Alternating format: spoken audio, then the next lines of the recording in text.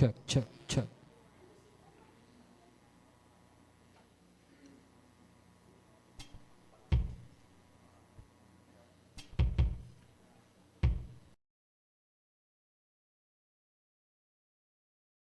Ang hapon po, tayo po lahat ay tumayo. Hindi po ako ang worship leader. Ako lang po ay iimbitahin ko yung lahat na dapat tayo may pasalamat sa Panginoon. Amen? Ano na ang mga bagay na dapat ipasalamat natin? Dumating kayong ng maayos, safe, at lahat, walang karamdaman, malakas. Malakas ang lahat. Sige nga, pumalakpak na malakas sa Panginoon. Hallelujah. Tayo po'y narito hindi para manood. Tayo nandito hindi para to entertain you. Kundi nandito tayo para pasalamatan siya. Sa pamamagitan ng pag-awit, pakikinig ng kanyang salita, at ang ating pagdalo rito sa hapong ito.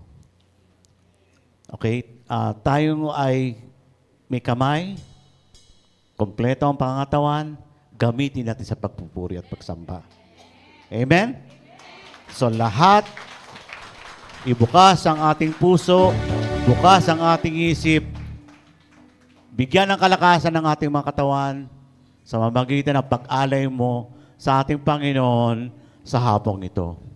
Na walang duda, walang alinlangan, lahat ng iniwan yung kamag-anak ko sa bahay o sa pamilya nyo, panalangin po natin lahat yun. Amen? Na ang Diyos na ang bahala at sana dalangin natin, sana nandito rin sila kasama nyo. Sino na naghahangan ng ganon? Nakasama ang pamilya para pare-pareho tayong lahat sumasamba sa Panginoon. Sige, taas ang kamay nyo. Say ko, Lord, dalangin ko, balang araw, kasama ko ang pamilya ko, magsumamba sa iyo, Panginoon. Hallelujah. Tayo po yung handang ating mga puso at isipan sa pagpuri sa Panginoon. Let's all praise God. Palakpak ng malakas sa Diyos. Hallelujah! Purihin natin ang Panginoon ng buo nating puso. Amen? Ano man ang kalagayan natin ngayon, ano man ang nangyayari, ang mga pagsubok, mabibigat, patuloy tayong umawit sa Diyos. Amen? At maranasan natin yung presensya niya, yung kabutihan ng Diyos sa atin. Amen? Hallelujah!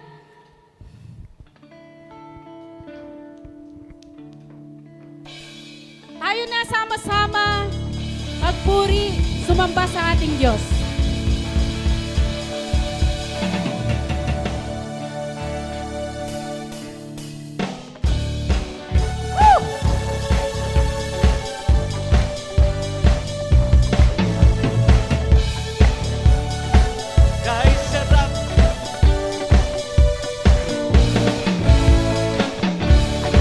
Ay sarap magpuri, Sumamba sa ating Diyos.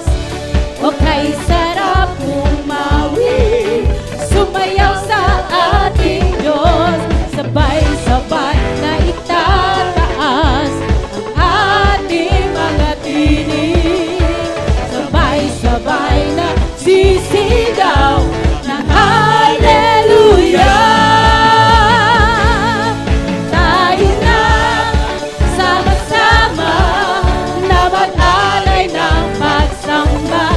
Tayo na sama-sama na umawit ng papuri sa nag-iisang Diyos, Jesucristo, Diyos, Jesucristo.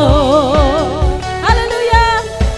Sambahin ka, Panginoon, dahil ikaw ay nag-iisang Diyos. O kay sarap manatili sa presensya ng ating Diyos. O kay sarap sa piling at magdiwang sa ating Diyos. Sabay na itataas ang ating mga kinig.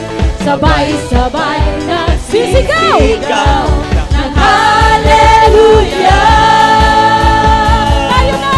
tayo na. Woo!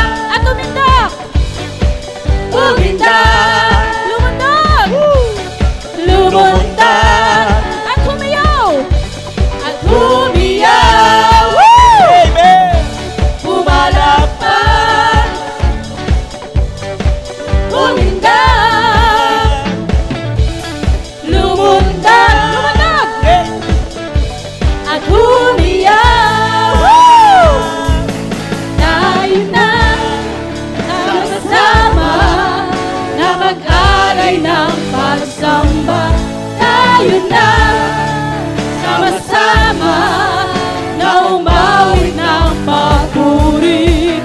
Tayo na Sama-sama na pag-alay ng pagsamba. tayo na Sama-sama na umawit ng papuri sa nag-iisang Diyos, nag-iisang Diyos, nag-iisang Diyos, Jesucristo. Hallelujah! Sampayin ka, Panginoon. Woo! Hallelujah. Hallelujah. Tuloy ang awit. Ano man ang maranasan nating bagyo, umulan man, bumuhos man ito ng malakas, at tayo pilit na itinutumba ng mga pagsubok, tuloy tayong umawit sa Panginoon. Amen? Sapagkat siya ay mabuti, hindi niya tayo pababayaan. Amen? Woo!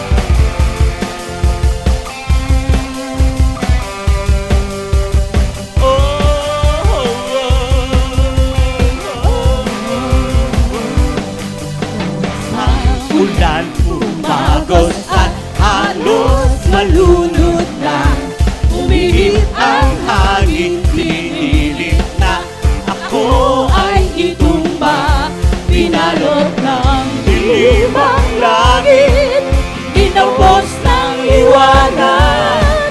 Pagtitiwala ko'y hindi matitinag. Pangako mo'y aking sandigan at biyaya mo'y lubos. Isip mo ang kublihan hanggang matapos ang mundo. Paglipas ng pagod at luha, di maaaring uminto ang pagbukan ng pagsamba sa amang puso.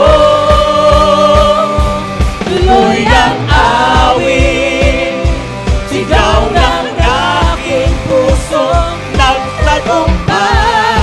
Pagkat lakas mo ang taglay, Pagkalakas mo ang taglay, tuloy ang awit, tuloy ang dahil ito'y walang humpay. Ang ilog ng papuri ay hindi mapipigil, hindi matutuyo. Tuloy-tuloy ang awit para sa'yo.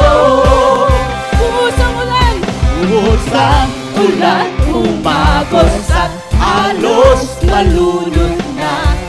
Umihip ang hangin, pinilit na.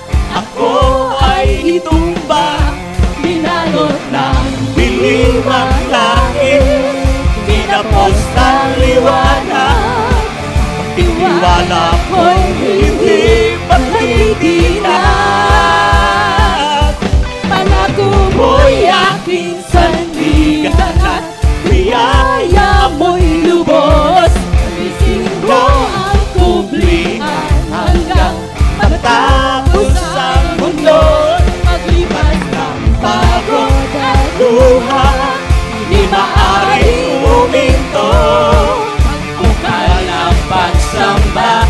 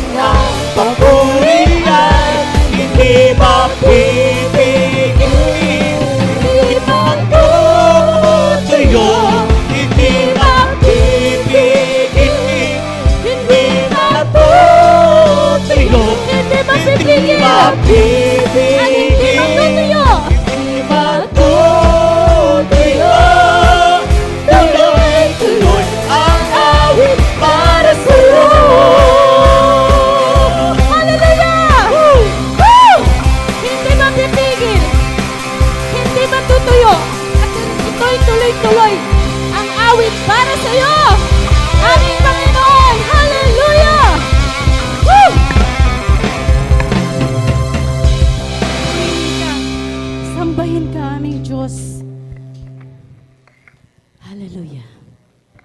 Minsan pa, babalik sa'yo ang aming pagpupuri, ang aming pagsamba sa'yo. Nais naming maranasan ang presensya mo, aming Panginoong Jesus.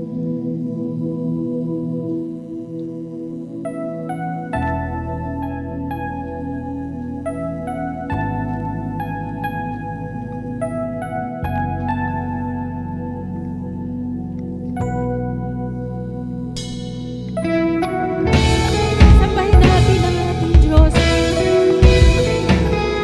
sapagkat siya ay mabuti.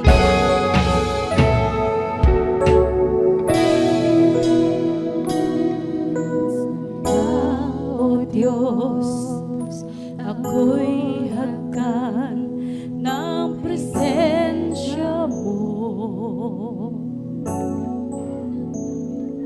Minsan pa'y hayaang maranasan ko ang piling mo. Pagsamba ang nais na ibabalik sa'yo lamang, Jesus. Mula sa puso ko'y dadaloy ang pag-ibig mo. Minsan pa, Jesus, sasabihin sa'yo ang nais ko. Makapiling ka. Makapiling ka. Muli yung yak nitong uhaw na puso ko. Di ko kayang mawaglit man lang iwan ang piling mo. Mulit-mulit ay babalik sa'yo. Minsan pa, O Diyos,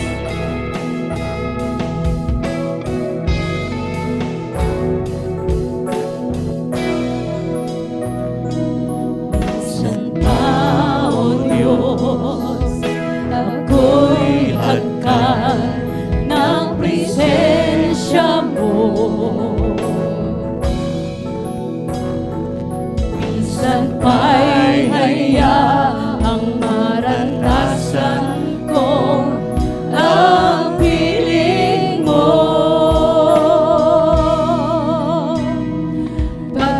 Pagsambang nais na ibabalik sa'yo lamang, Jesus. Mula sa puso ko dadaloy ang pag-ibig mo. Minsan pa, Jesus, sasabihin sa'yo ang nais ko. Makapiling ka, muli yung yak nitong uhaw na puso ko. Di ko kayang mawaglit man lang iwan ang piling mo. Mulit-mulit ay babalik sa'yo. Sambahin ka, Panginoong Jesus. Hallelujah.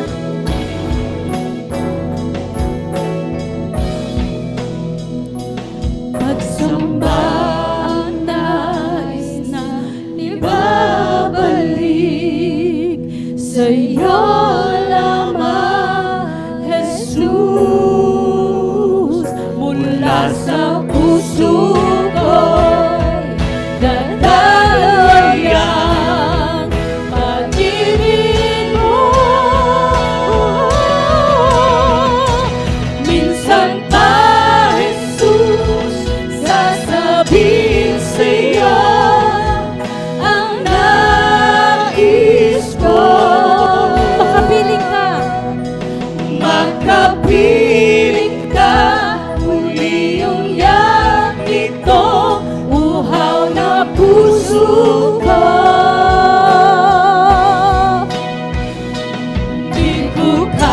kayang mawaglit man lang, iwan ang piling mo.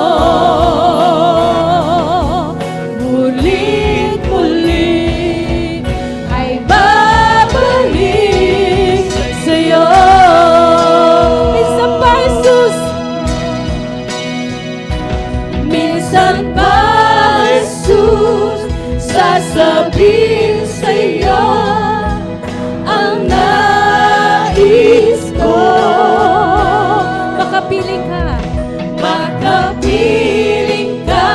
Muli ang yak nito, uhaw na puso ko.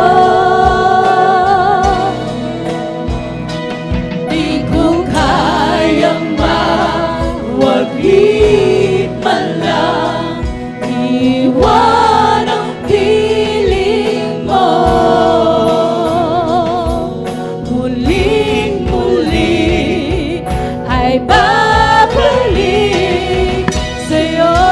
Minsan pa, Jesus. Minsan pa, Jesus, sasabihin sa'yo ang nais ko. Makapiling ka, muli ang yak nito, uhaw na puso ko. Di ko kayang mawaglit man lang, iwan ang piling mo. Mulit-muli ay babalik sa'yo. Mulit-muli ay babalik sa'yo. Mulit-muli ay babalik sa'yo. Mulit-muli ay babalik sa'yo, aming Panginoon. Mulit-muli ay babalik sa'yo.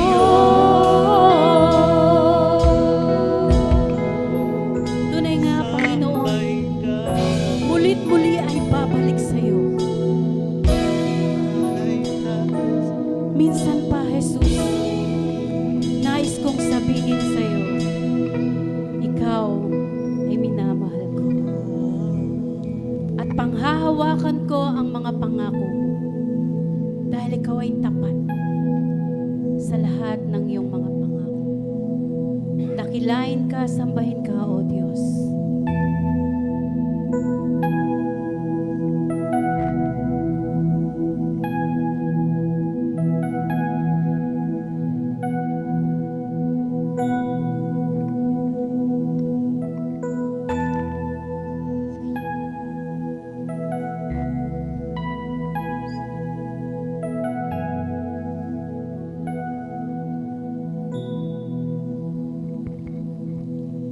Bawat pagod at sa aking pangamba, hintay na mangusap ka. Iniwala na ikaw ay naiyak. Ramdam ko ang iyong pagmamahal. Sa iyong tugon ako'y magtitiwala. Ang dalangin ko'y kalooban mo. Ang pagsama mo ninanais ko. At kapayapaan sa piling mo. Jesus, ang pangako mo, ako'y di mag-isa, hindi papabayaan at di iiwan kailanman. Tapat ang pangako mo at di ka nagbabago.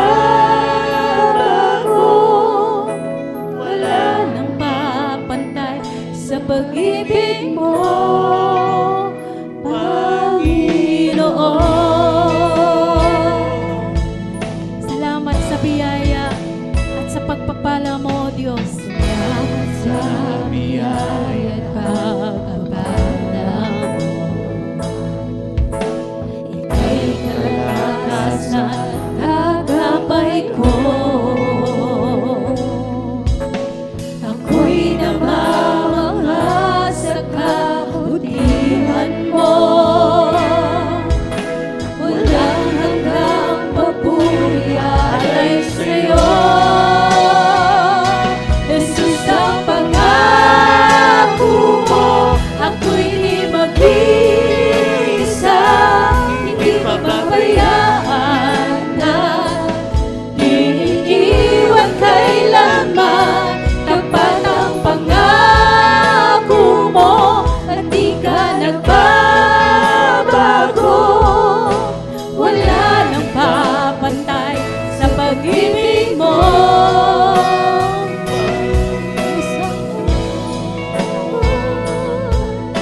Salamat sa iyo, Panginoon.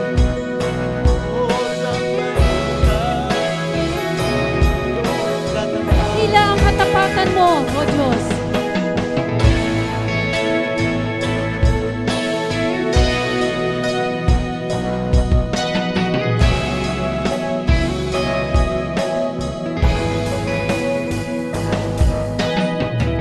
Dakilang katapatan mo ay pangahawakan ko. Ika'y tapat sa pangako mo. Pangako mo.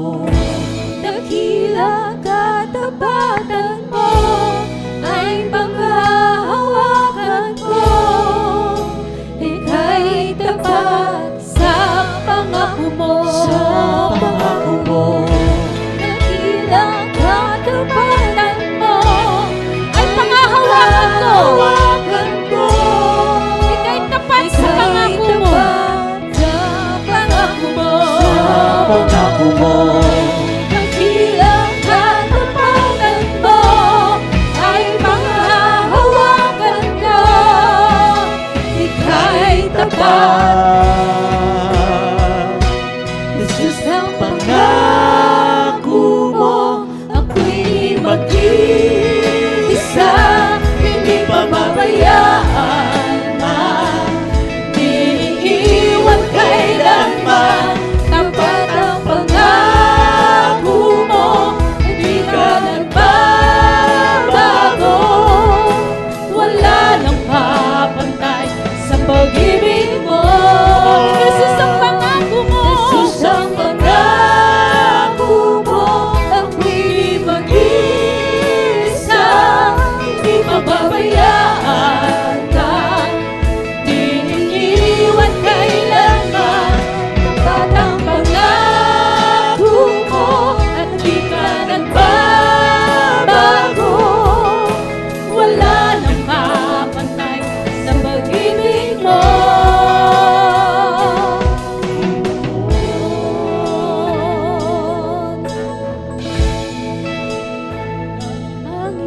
Panginoon, Tapat ang pag-ibig ng ating Diyos. Kailanman di siya nagbabago. Hallelujah. Ating pasalamatan ang ating Panginoon.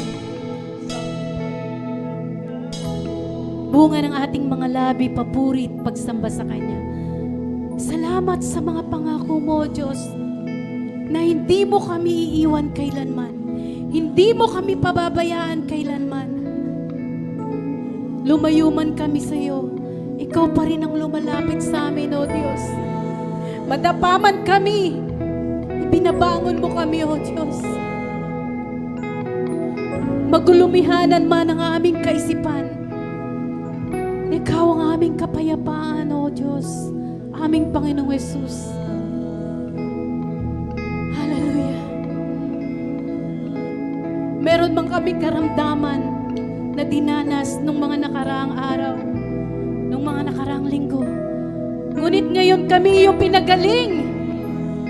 Nakaranas po kami ng kagalingan nagmumula sa iyo. Kung kami may pinagdaanan nung nakaraan na kami nalulungkot, ngayon, Panginoon, kami iyong binigyan ng kaligayahan. Binigyan mo kami ng kagalakan sa aming mga puso. Yung hinahanap namin sa tao, hindi po namin makikita. Sa iyo lamang ang lahat ng bagay. Sa iyo lamang, O Diyos, namin matatagpuan ang kaligayaang hinahanap namin. At hindi kayang ibigay ng sanlibutan ito. Hallelujah.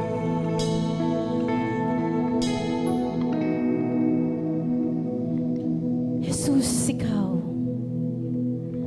Muli nating awitin. Jesus, ang pangako mo, ako'y di mag-isa, hindi pababayaan at di iiwan kailanman. Tapat ang pangako mo at di ka nagbabago. Wala nang papantay sa pag-ibig mo, Jesus. Sa pangako mo, ako'y di mag-isa, hindi pababayaan at di iiwan kailanman. Tapat ang pangako mo at di ka nagbabago. Wala nang papatay sa pag-ibig pa. Jesus, sa pangako mo. Jesus, sa pangako mo, ako'y di mag-isa, hindi pababayaan at hindi iiwan kailanman. Tapat ang pangako mo at di ka nagbabago. Wala nang papantay sa pag-ibig mo, Panginoon.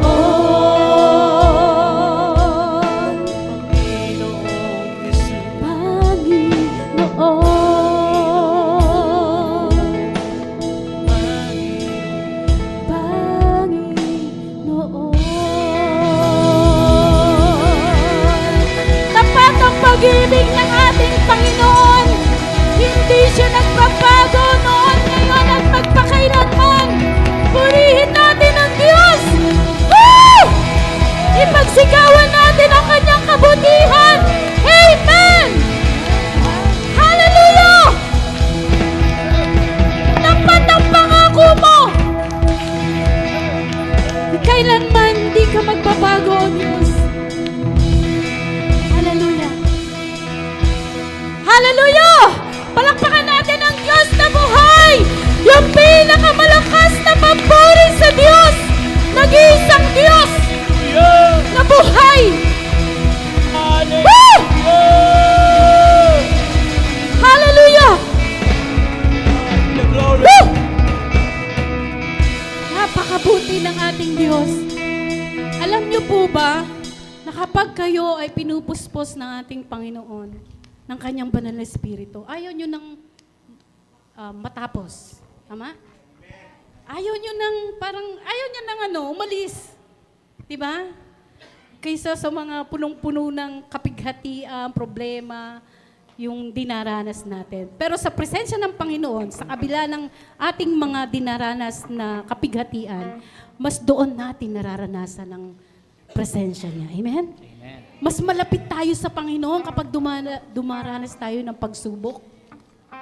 Amen? Kasi pag malakas tayo, masigla tayo, marami tayong pera, namamasyal tayo kung saan-saan, hinahanap natin yung saya, yung kaligayahan doon kung kani-kanino. Pero alam niyo po, kapag nakaranas kayo talaga ng matinding pagsubok, kawalan, karamdaman, di ba po, doon mas malakas ang tinig niya, presensya ng Diyos na mararanasan natin. Amen?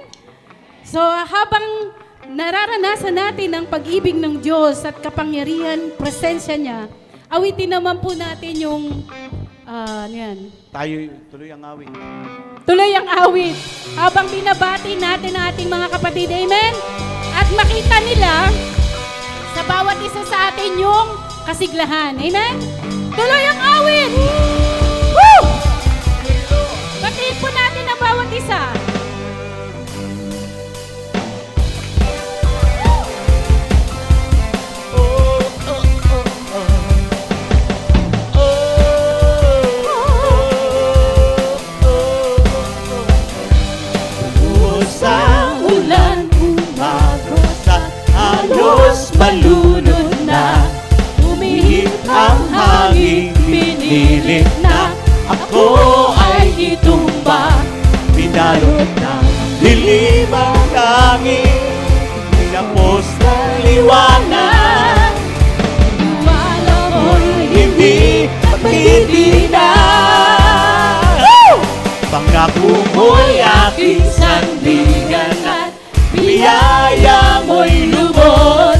Ibisig mo ang publihan hanggang matapos ang mundo.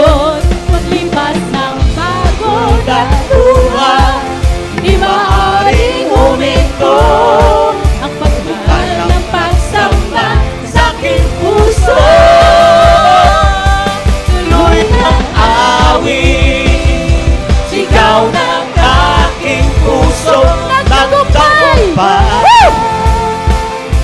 Magkalakas mo ang taglay. Mo ang taglay, tuloy ang awit, tuloy ang daluyan, ito'y walang humpay. Ang ilaw ng kapurihan, hindi mapipigil, hindi matutuyo. Tuloy-tuloy ang awit para sa'yo. Hallelujah! Woo! Ang Halos malunod na, humihip ang hangin. Humihip ang hangin. Pilit na Ako ay itumba, binalot ng dilim ang langit, kinapos ng liwanag. Itiwala ko'y hindi matitinan. Pangako mo ang aking Pagkakong sandigan. aking sandigan, Ang biyaya mo'y lubos. biyaya mo'y lubos. Bisig mo ang kumplihan hanggang matapos ang mundo. Paglipas ng pagod at luha, di maaaring huminto ang bukal ng pagsamba sa aking puso. Tuloy ang awit. Tuloy ang awit, sigaw ng aking puso, nagtagumpay. Lakas-lakas mo ang Taglay, tuloy ang awit, tuloy ang daluyan, ito'y walang humpay. ilog ng Pagpurihan, hindi mapipigil, hindi matutuyo, Hindi mapipigil. Hindi matutuyo. Hindi matutuyo, hindi mapipigil, hindi matutuyo. Tuloy-tuloy ang awit para sa'yo. Hallelujah! Ayaw na tumigil. Tuloy daw ang awit. Amen. Hindi mapipigil at hindi matutuyo. Amen. Tuloy-tuloy ang awit para sa Panginoon. Amen. Ano man ang mangyari,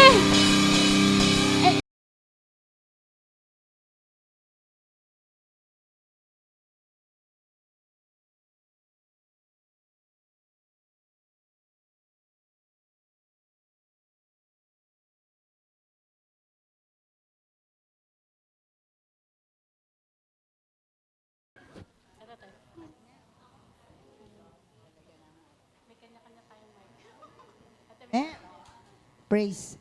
Man, hallelujah! Yeah! Alive na alive, ha? Meron pa ho rito, mga kapatid, yung mga malalakas po sa dulo, pwede po ito sa unahan. Yeah. Kasi yung mga ano daw sa yung mga senior daw po, nakala hindi senior sa dulo. Senior na sa una. Amen. Hallelujah. Lahat po ba ay pinagpala ng Panginoon? Amen. Patingin nga po ng mga mukha kung masasaya. Yes. Kahit may mga pagsubok o may problema, lagi ko pong sinasabi, iwanan po ang mga problema pagdating dito sa gawain ng Panginoon. I-all out natin yan. Di ba? Ibigay natin yung best natin sa ating Panginoon. Amen. So lahat po ay pinagpala at kayo po ay magpapatotoo. Sino po ang mga itataas ang Panginoon sa buhay nila, sa mga ginawa ni Lord? Amen. Ayan. Ayun si Ate Baby. Baby Aguila. Oo, marami tayong mga baby rito. Thank you, Lord. Salamat sa Panginoon. Alam mo, nagpapasalamat ako sa Panginoon kasi yung dati kong panganay na anak na active. Nakakalungkot, sabi ko, mas marami talaga yung ano niya, time doon sa word na ito, sa business. Pero hindi, yung prayer natin sinasagot talaga ng Panginoon. Hanggang napakabuti ng Diyos. Kasi itong linggo nito, naging ministry ko puro mga may sakit. So, nagpunta ako doon sa ano ko, dahil na yung mga anak ko kasi pag nagchat-chat sa akin, kasi malalayo sila, ako gumagawa ng tungkulin nila para doon sa mga loved ones nila, yung kanilang mga girlfriends or kanilang mga asawa. Yun ang napakabuti talaga ni Lord na hindi mo dating ginagawa, pero tinuruan ka ng Panginoon na nakakasunod ka ngayon dahil sa Kanya, hindi dahil sa atin. Dahil yun hindi mo gawain ng panahon na yun.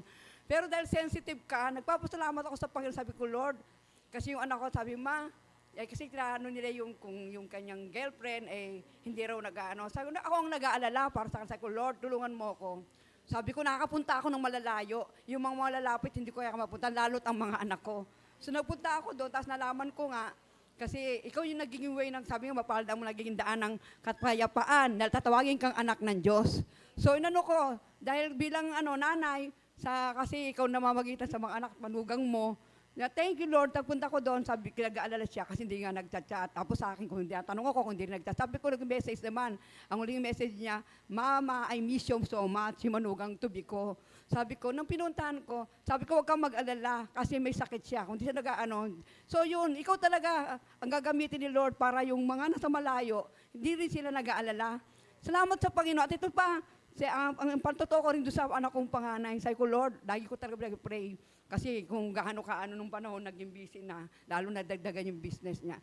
Sabi ko, Lord, nagkasakit. Sabi ko, tapos nalaman ko dun sa post niya, merong may dextrose. Sabi ko, nakita ko Perpetual Health Hospital. Sabi ko, nabasa ko gabi na, dahil hindi ako ng Facebook, mag-scroll doon lagi sa Messenger, kasi tinitingnan ko lagi yung chat ng mga anak ko. Tapos yun nga, nakita ko doon, sabi ko to, tapos ko, Abi, nasa hospital ka ba? Hindi pa, magtinanong ko yung kasambahay. Unang sumagot yung anak ko, sabi niya, opo ma, nandito ako sa hospital. Sabi ko, Lord, sabi ko, yung anak ko pala may sakit, matalang ako malapit lang, hindi ko lang punta. Ang malalayo na pupuntahan ko. So pumunta ako doon, kabukasan, nagpunta ako dahil gabi na. Tapos yung salamat sa talaga nag-pray ako, sabi ko, Lord, gusto ko talaga. Dahil ang prayer ko talaga magbalik, sabi niya. Tapos yun nga, nung nagpunta ako doon, salamat sa Panginoon, ayun may sakit. Kasakit siya ng sabi ko, nurse ka pa naman. Pero hindi ko lang sa isip ko lang, kasi ayoko na, may sakit na nga eh. Sabi ko, alam mo, ang Diyos hindi nagpaparusas, tinubos na tayo. Disiplina lang yun. Sabi ko, alam mo, nak, mahal ka ng Diyos. Tapos yung nag-pray kami, tapos tinuturo po ko yung Bible. Sabi ko, tingnan mo, hindi ka ba magkakasakit, doon ka lang babasa ng Bible? Nakita ko yung Bible sa ibabaw. Sabi ko, Lord, pero salamat sa Panginoon. Dahil hindi naman tayo magdadsal na yun na nga, ganun na nangyari. Ang Lord talaga, nagdisiplina yan, hindi yung parusa, disiplina. Sabi ko, nak, nag-pray kami. Sabi ko, nak, sinapupunan ka pa lang, pinili ka na ng Panginoon. Yun ang inano ko, sinapupunan ko pa lang, ang Panginoon ay pinili ka na. Pero salamat sa Panginoon, yun ang prayer ko. Sabi ko, Lord, salamat. Sabi ko sa 21, kaya before 20 na, umattend kayo, meron tayong congregational, yun nga, sa fellowship.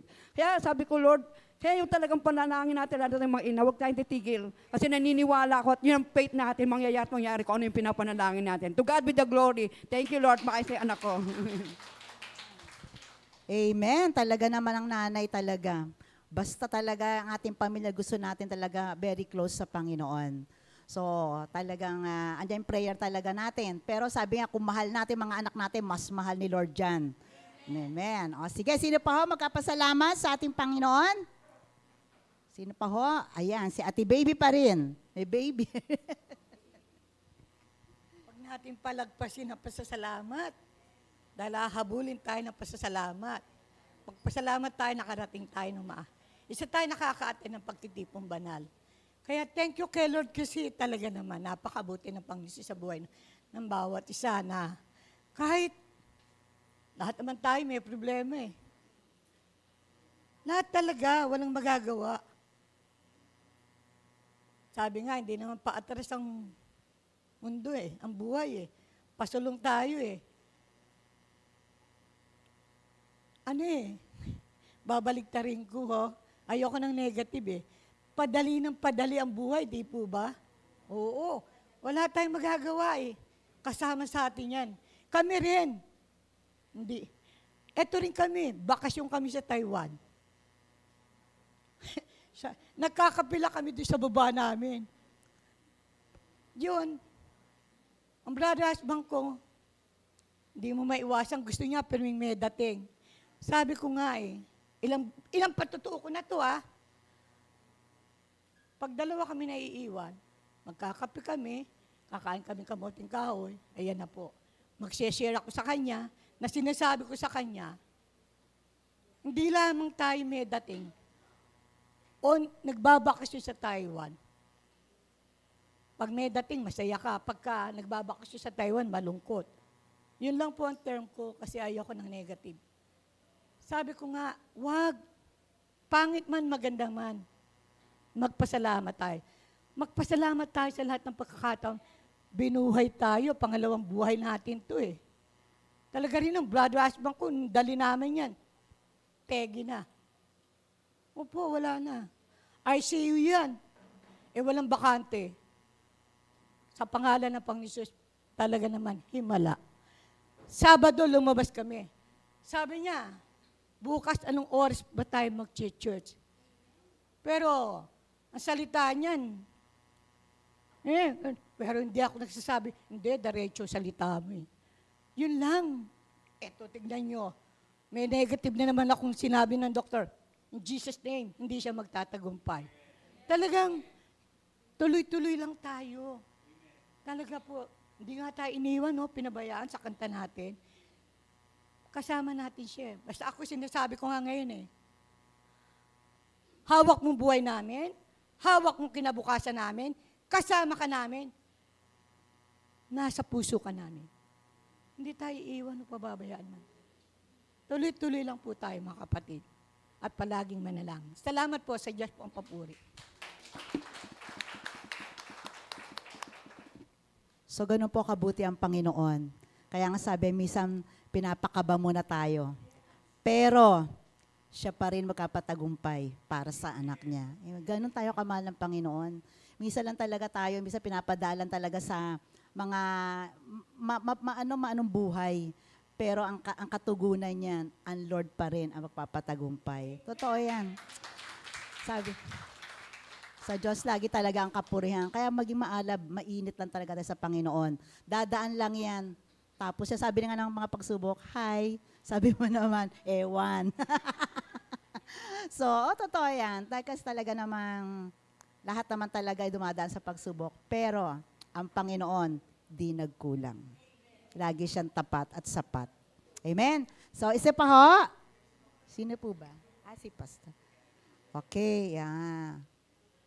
Sige po, tayo po yung maghanda na para sa napakahalagang gawain kundi ang salita ng Panginoon na magbibigay sa atin ng lakas, sigla, at higit sa lahat pagkain ng ating kaluluwa.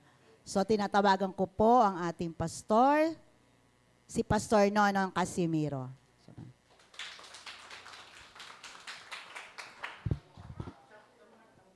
Isa pa raw. O, sino pa ho? O, sige, ako na lang po. Amen. So, sa akin talaga yung sinasabi ko na ang Diyos hindi talaga nagkukulang. May talagang hindi tayo ng pagsubok. Requirements po yan Alam nyo ba, bilang Kristiyano, requirements natin ang mga pagsubok. Kasi sa pagsubok, doon tayo dinadarang, doon tayo pinapalakas. So sinasabi ko nga, hindi ko lang talagang may pinagdadaanan din ng aking mga anak, meron din po ako sa asawa, meron din po ako kapitbahay, meron din po sa syempre mga sa ministry ko. Pero salamat sa Panginoon dahil, Lord, hindi na ako to, ikaw na. Kasi minsan, dala mo lahat Dala mo yung mga nangyayari, andun yung bigat, pero sabi ko, Lord, kaya ko to dahil sa lakas na bigay mo sa akin. Kasi sa family natin, tayo mga nanay, talagang lagi tayo ang talagang nauuna na asikasuhin, spiritual, physical, financial. Pero salamat sa Panginoon dahil pinapalakas niya ako, everyday at natutuwa rin ako kasi meron po ako isang anak talaga nagkaroon talaga ng problem. Pero natutuwa ako dahil yung sinabi ni Ate Baby na minsan talaga padadaanin kayo para lang maalala. Totoo. Kasi pag tumatawag po sa akin, sabi niya, Ma, ang dami kong memory verse ko. Hala? Sabi ko, asan ka ba at marami ka na? Yung para sabi ko, para kasi Moises na nagpunta sa malayong lugar. Para ka diyan ka nagcha-charge ng iyong spiritual. Totoo po. Dahil sa mga pinagdaanan ko, parang hindi ko nararamdaman yung nangyayari sa akin. Ang nangyayari ngayon, parang love na love ko si Lord.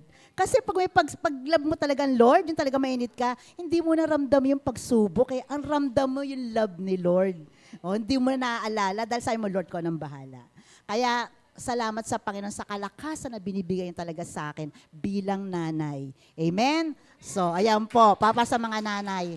So, tinatawagan ko po ngayon, binabalik ko po kay ang ating pastor, si Pastor Nono Casimiro.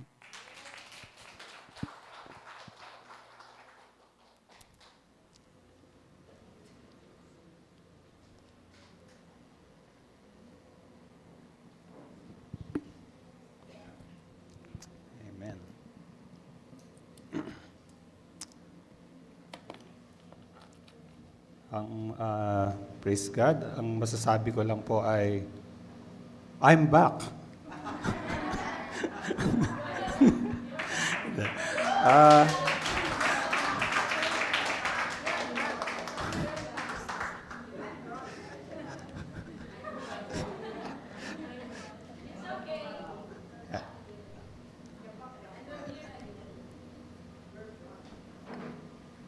Yan. So, purihin ang pangalan po natin, Panginoon, na ako muna po ang magbabahagi sa inyo, no? Dahil, yan, wala pa ho. Alam niyo na po yan. Okay. So, sa hapon po ito, tayo po ay muling dadako sa mahalagang bahagi ng ating gawain at yan po ang pakikinig natin sa salita ng ating Panginoon, no? Lahat naman po ng bahagi ng gawain natin ay mahalaga, pero alam niyo po, yung ating ginagawang pagpupuri, pagsamba, yung mga patotoo, yan po ay paghahanda po natin sa pakikinig natin sa salita ng Diyos. Kaya napakahalaga po na sa sandali po ito na tayo po ay maging alerto, no? Tayo po ay gising. Amen? No, tingnan niyo po yung katabi niyo kung sila ay gising na gising.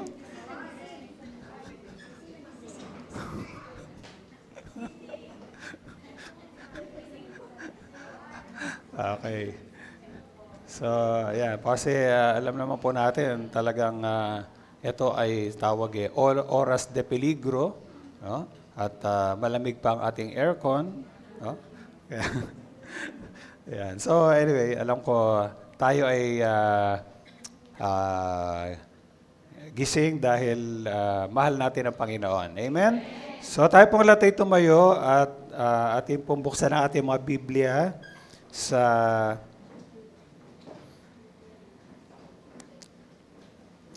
awit 103,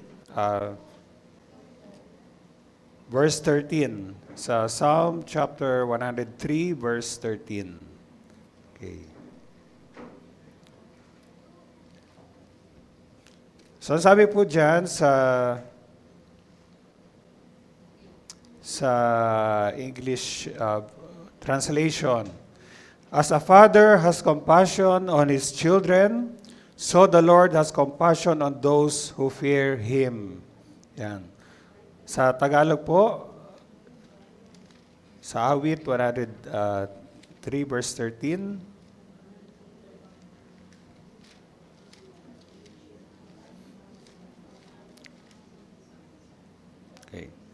kung paanong nahabag ang ama sa kanyang anak, gayon din naman gayon siya nahabag sa mga may takot sa kanya. Sino po yung tinutukoy dito na siya na nahabag sa mga may takot sa kanya? Ang ating Panginoon, ang ating Diyos. Sige po, tayo po ay manalangin. Hallelujah. Purihin ka o aming Ama sa hapong pong ito. Salamat po sa biyaya po ninyo sa amin, sa kalakasan na binibigay nyo sa amin, sa nagdaang mga araw, tunay nga po Diyos, hindi mo kami pinabayaan, at ngayon ay dinako nyo po kami sa inyong banal na gawain upang patuloy namin kayo makaniig at patuloy po na kami ay makatanggap ng sariwang kalakasan mula sa iyo, Panginoon. Dalangin ko, O Diyos, na muli po, magpahayag po kayo sa amin. Bigyan niyo po kami ng espiritu, ng pangunawa at revelasyon upang lalo po namin kayong makilala. Upang lalo po namin maunawaan ang pag-asa na kung saan niyo kami tinawag at aming malaman ang kapangyarihan ninyo na kumikilos sa amin. Dalangin ko, O Diyos, na abutin niyo po ang bawat isa sa kanila pong kalagayan at pangailangan. Katagpuin niyo po, Panginoon, ang bawat sa po sa amin. At patuloy po na iparanas niyo po ang iyong presensya sa bawat isa ngayon. Dahil alam ko, Ama, na tanging kayo lamang po nakakaalam ng kalagayan ng bawat isa. At meron po kayong handang salita na magbibigay ng katugunan sa kanila pong pangangailangan, Panginoon. At muli po, itago niyo po ang iyong lingkod sa likuran ng iyong kalwalatian. At kailangan po ang aming makita, kailangan po ang aming mapakinggan sa pangalan ng aming Panginoon Yesus. At ang lahat ng mga anak ng Diyos ay magsabi ng Amen! Amen! Thank you, Lord. Praise God. Thank you, Lord. Sige po, maraming po kayo makaupo. Talagang napakabilis ang panahon at ilang araw na lang ay Pasko na. No? No? Yung iba sa inyo ay ang suot ay talagang pampasko na. Okay, anyway. Pero bago magpasko, meron muna po tayong pagdiriwang ng Kapaskuhan sa ating kongregasyon. Ayan is darating na December 21. No? So next Sunday po, anong oras po yung ating gawain? 2 o'clock. At doon po tayo tutungo sa Del Rosario Pavilion. Katulad po nung nakaraang taon. No? Anyway, may mga paalala po tayo dyan mamaya. So ngayong hapon, nais ko lang po na ibahagi po sa inyo yung ito po ay series ng mensahe na sinishare ko po sa mga pang-umaga. At ito po ay tinawag ko pong Pursuing God series. Yung ating pong paghahanap, yung ating pong pag sinabi kasing pursue, no, yung talagang yun ang ating parang hinahabol natin. O kaya yun ang ating talagang hinahangad, pinanasa sa buhay natin. At sino ba ang dapat natin talagang higit na pakanasain sa buhay natin? Wala iba kundi ang Panginoon. Kaya ito po ang binigay ko pong pamagat dito ay Pursuing God series. Pero siguro sa habang ito, ibabahagi ko lang po yung first part, no, nung seryeng ito. Alam ko naman siguro karamihan sa inyo ay sa second service umattend, no? Sino rito ang umattend ng first service pero nagkataon lang na nandito ng second service? Meron ba? Ayan. So, isa lang naman. So, isi-share ko po ito, no, sa inyo. Dahil siguro ilang mga linggo nang nakaraan, parang nagkaroon ako ng katalungan sa akin sarili na ano ba talaga ang higit na hinahangad ko sa buhay ko? No? Ano ba talaga ang pinupursue ko? Ano ba talaga ang gusto kong mangyari talaga sa buhay ko? Ano ba talaga yung pangunahin sa akin sa buhay ko? No? At pinaunawa ng Panginoon sa akin na wala akong dapat ibang higit na hanapin at hangarin sa buhay ko, kundi ang lalong makilala ang Panginoon. Amen? So, ibig sabihin, kailangan si Lord ang aking ipupursue.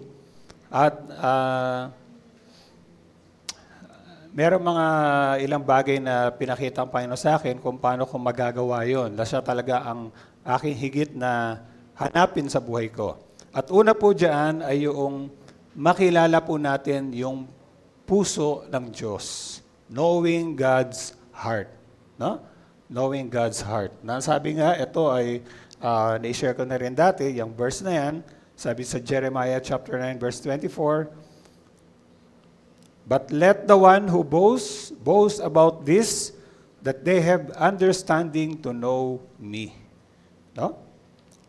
So, sabi po dyan sa Jeremias, sa dito po sa Tagalog Popular Version, ang sabi, kung may ibig magmalaki, ang ipagmalaki niya ay ang pagkakilala at pagkaunawa sa akin. No? Kasi sa mga una-unang talata, sinabi nga, wag ipaghambog ng pantas o ng matalino yung kanyang karunungan o ng malakas ang lakas na taglay niya, ni ng mariwasa. No, yung talagang pag sinabing mariwasa, siya ay talagang mayaman, di ba? Mayaman. Okay? Ang kanyang kayamanan.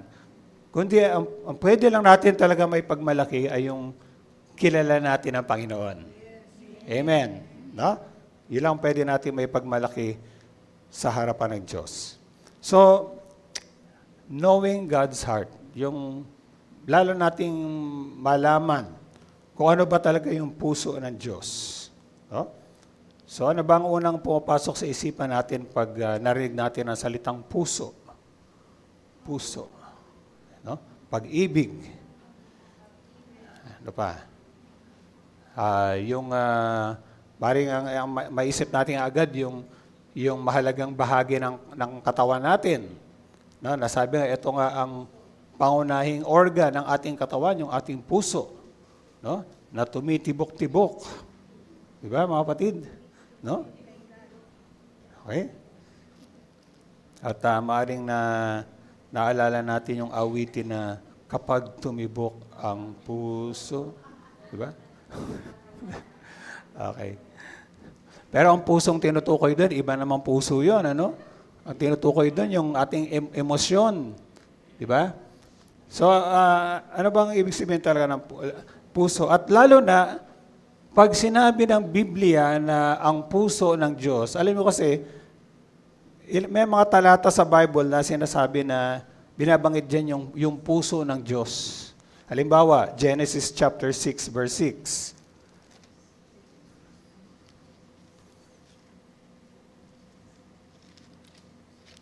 Ito yung nung ang mga tao noon ay talagang nagpakasama na nung panahon ni Noah. Ang sabi rito sa Genesis chapter 6 verse 6, the Lord was grieved that he had made man on the earth and his heart was filled with pain.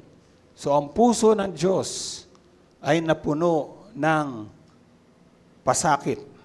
Okay?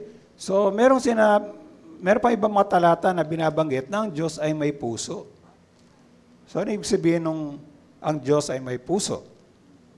Well, una, alam natin na ang Diyos ay hindi katulad natin na may katawan. Ang ating Diyos ay, ano siya? Siya ay espiritu. So, wala siyang literal na puso na katulad natin. Okay? So, pag sinabing puso ng Diyos, hindi ibig sabihin yung katulad ng puso na meron tayo. Pero ano bang ibig sabihin ng puso ng Diyos? Sa lumang tipan, may ginamit na salita po dyan. Siguro i-advance na po natin slide natin. Merong ginamit na salita dyan na hindi naman masyadong hindi na kailangang i-memorize yan. Pero yung salitang leb. Na ibig sabihin yan ay mind, the seat of desire, inclination, or will. So, kaisipan, yung pinaka-sentro ng pagnanasa, o kaya yung inclination, yung saan kumikiling, no? At saka yung kalooban. Yun ang ibig sabihin ng salitang yan na ginamit para sa heart of God. So, meron isa lang definition dyan na the heart of God is the essence of who He is, what He desires, His will, and His purposes. So pag sinabing puso ng Diyos, ito yung kung sino talaga siya. Ano ba yung hinahangad niya? Ano ba yung kalooban niya? Ano ba yung layunin niya? Okay? So, pero paano natin malalaman ang puso ng Diyos? Paano kaya natin malalaman ang puso ng Diyos? Okay? Gusto ko lang mabilisan lang po ito, no? Siyempre, makikilala lang natin kung sino ang Diyos, kung ano ang iniisip ng Diyos, kung ano ang kanyang layunin, kanyang mga ninanasa. Saan natin matatagpuan yon? Sa salita ng Diyos. Amen? So, through His written word. Dahil nga sabi ng ating Panginoong Hesus sa John 5:39, sinasaliksik niyo ang kasulatan dahil iniisip niyo na doon niyo matatagpuan ang buhay na walang hanggan. Pero itong mga kasulatan na to ang nagpapatotoo tungkol sa akin. So, parang sinasabi ng Panginoon, yung kasulatan, yung mga kasulatan, yung nasa Biblia, yan ay nagtuturo sa atin tungkol sa Diyos. No? Tungkol sa sino ang Diyos, ano ang puso ng Diyos. Okay? Pero pangalawa, alam naman natin na lalo na sa Kapaskuhang ito, inaalala natin yung pagkakatawang tao ng ating Panginoong Yesus. At siguro kung tatanungin ko kayo, bakit ba nagkatawang tao ang Panginoong Yesus? Bakit? Why did Jesus became a man? Okay, para tayo, pangunahin talaga para matupad yung plano ng Diyos ng kaligtasan. Pero alam niyo ba, isa ring dahilan kung bakit naparito ang Panginoong Yesus para ipakilala sa atin ang Diyos. No? Para makilala natin ang Diyos. Dahil meron sinabi sa John chapter 1 verse 18 na walang nakakita sa Diyos, ngunit ang kaisa-isang anak ng Diyos na siya mismo ay Diyos at may napakalapit na relasyon sa kanyang Ama, siya ang nagpakilala sa atin kung sino ang Diyos. Okay? So, Jesus, who is the one and only Son, made the Father known to us. So, makikilala natin o kaya malalaman natin ang puso ng Diyos sa pamamagitan ng ating Panginoong Yesus. Ibig sabihin, kung mababasa natin yung mga sinabi at yung makikita natin yung mga ginawa ng Panginoong Yesus, makikita din natin ang puso ng Diyos. Kaya nung minsan, sabi ng isang alagad dyan, si Felipe, sabi, Panginoon, hanggang ngayon, hindi niyo pa pinapakilala sa amin ang Ama. Ano sabi ni Lord? Ano sabi ni Lord kay Felipe? Sabi niya, sa John chapter 14, sabi niya, matagal na ninyo akong kasama, Felipe. Sa verse 9, diya't hindi mo pa ako nakikilala. Ang nakita sa akin ay nakita na sa Ama. Kaya bakit mo sinasabing ipakita mo sa amin ang Ama? So, ibig sabihin, may kilala natin ang Diyos Ama sa pamamagitan ng Kanyang Anak. Amen. Okay? So, at pinakahuli, hindi ba tayo mga tao, lalo natin nakikilala yung yung ibang tao, yung kapwa natin sa pag-obserba natin ng mga kinikilos nila. Di ba, kapatid? No? Halimbawa, may isang tao na talagang mapagbigay sa'yo, no? Talagang matulungin. So, makikita mo doon na meron siyang pusong sabihin natin yung magandang kalooban. Diba? Kasi nakikita yun sa gawa niya. Ganon din ang Diyos. Malalaman natin ang puso ng Diyos kapag makikita natin yung kanyang mga ginagawa. Yung mga ginagawa ng Diyos. At yan ay, tawag natin dyan yung mga ways, yung mga pamamaraan ng Diyos. Katulad ng sinabi niya kay Moses, sabi pala ni Moses sa kanya, Panginoon, kung kayo ay nalulugod sa akin, ituro niyo po sa akin yung inyong mga pamamaraan para makilala ko kayo. Okay? So, Sige, punta na tayo sa ano. Meron pong akong binahagi na 3 ilustrasyon para malaman natin kung ano ang puso ng Diyos. At natapos na nga po akong ibahagi yung 3 yon sa mga kapatiran natin sa pang-umaga. Pero gusto ko lang i-share sa inyo yung una doon sa mga ilustrasyon na yon. No? Dahil itong ilustrasyon na to ay napaka-ganda dahil sa pamamagitan nito, may kilala natin talaga ang puso ng Diyos tungo sa atin. At ang ilustrasyon na yan ay walang iba kundi ang Diyos bilang isang ama. God as a Father. No? So, kilala na ba natin ang Diyos bilang ating ama? Amen? No? Sino ritong alam niyang siya ay anak ng Diyos? Taas ang kamay. Amen. Paano tayo naging anak ng Diyos? Amen. Sumampalataya tayo sa ating Panginoong Yesus. Okay? So, mali yung paniniwala ng ibang tao. Sabi nila, ay, lahat ng tao, anak ng Diyos yan. No, hindi. Okay? Di ba, although medyo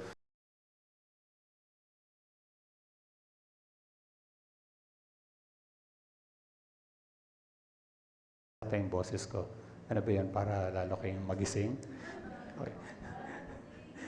Sabi niya, tayo ay sa inyong amang si Satanas. Di ba? Ang sakit.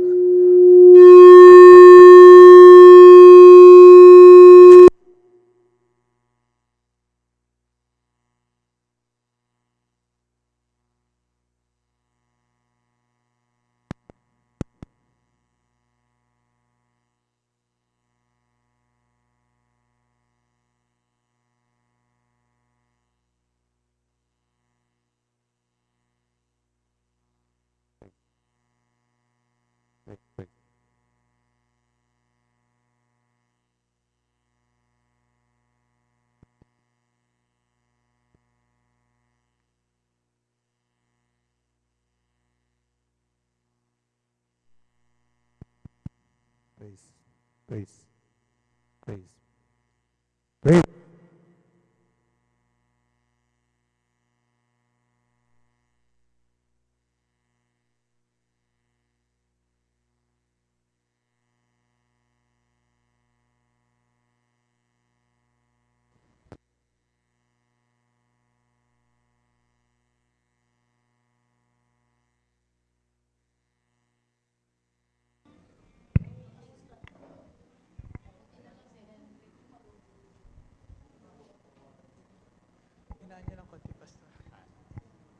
Praise, praise.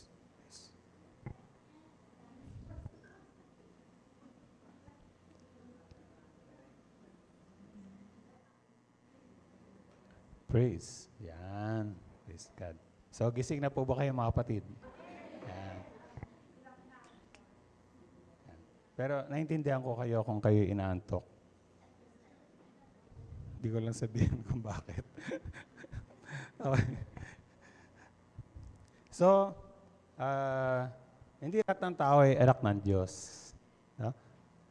Kaya, pero ang sabi sa Biblia, yung mga tumanggap at nanalig kay Jesus ay pinagkalooban ng karapatang maging anak ng Diyos. So kung tayo ay anak ng Diyos ang ating Ama. Okay? Ang Diyos ay isang Ama. Meron akong nabasang kwento tungkol sa isang kabataan. Ang pangalan niya ay Sawat. Sawat. Siya ay taga-Thailand. Taga-Thailand kasi siya, kaya gano'n yung pangalan niya. Ito si Sawat ay medyo nagsawa. No? Nagsawa na sa buhay nila. No? Sabi na, nakakabagot naman dito sa atin. Sabi niya gano'n. Kaya naisipan niya isang araw na lumaya sa kanila. Parang ayaw niya na doon sa, medyo parang probinsya yung lugar nila. So, siya ay umalis, no? Pero parang nakita pa yata siya ng kanyang ama. Sabi ng kanyang ama sa kanya, Sawat, awat. Hindi. Sabi ng kanyang ama, Sawat, tandaan mo, naghihintay ako sa iyong pagbabalik. Kasi hindi niya mapigilan yung anak niya eh. So si Sawat ay nagpunta sa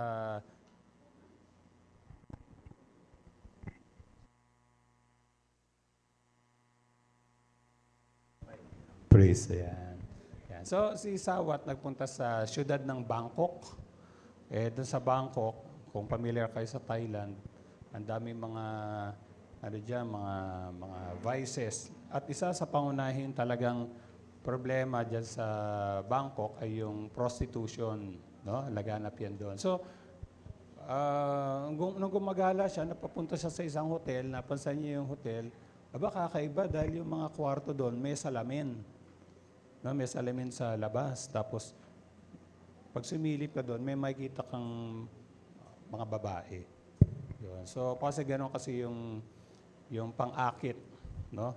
Ng, yung mga nagpapatakbo ng mga ganong mga prostitution rings. So, naano si Sawat doon na napasama siya doon. At to the point na nagbebenta na rin siya ng mga bata, no? At nagbubugaw siya. Pero dumating yung sandali na medyo minalas siya. Kasi may kumalat na balita na siya daw ay espiya ng mga pulis. So, pinaalis siya doon sa, pinaalis siya ng yung mga may hawak sa kanya. At nanakawan pa siya. So, ang dahil mga hindi magandang nangyari sa kanya. Hanggang sa tumira na lang siya sa isang dump site. No, yung tapunan ng mga basura. Merong isang barong-barong doon siya tumira. Tapos, naisip niya yung sinabi ng tatay niya. Ng tatay niya ay maghihintay sa kanya, sa kanyang pagbabalik. So, dahil sa hirap ng buhay, naisipan niyang, ano kaya bumalik ako sa amin? Pero natatakot siya. Dahil hindi alam kung paano siya tatanggapin ng tatay niya. Kaya sumulat siya, sabi niya, Tay, gusto ko na pong bumalik sa atin, pero hindi ko alam kung tatanggapin mo pa ako. Kaya kung gusto niyo pa po akong tanggapin, kung mapapatawad niyo pa po ako, kung pwede po maglagay kayo ng isang pirasong tela doon sa puno, sa harap ng bahay natin. Kasi sasakay ako ng tren, dadaan ako ron para makauwi sa atin. So, di gano'n ang nangyari. So, pinadala niya yung sulat na yon at sa sumakay ng tren. Ngayon, yung tren na yon, nung medyo malapit na sa kanila, medyo kinakabahan pa rin siya at hindi siya makatingin. Medyo balisa siya. So nakita siya nung isang pasahero sa tapat niya, nakaupo sa tapat niya. At nagtanong, ano bang dahilan? At naikwento niya yung buhay niya. At sabi niya, hindi ako, natatakot akong tumingin doon sa puno. Pwede bang ikaw na lang ang tumingin? Pagdaan natin, ikaw ang tumingin. E di, gano'n na nga. So, nung malapit na yung tren na yun, talagang nakapikit siya. At paglangpas na sa puno na yon, sa tapat ng bahay nila, sabi nung yung pasahero na pinakausapan niya, naku!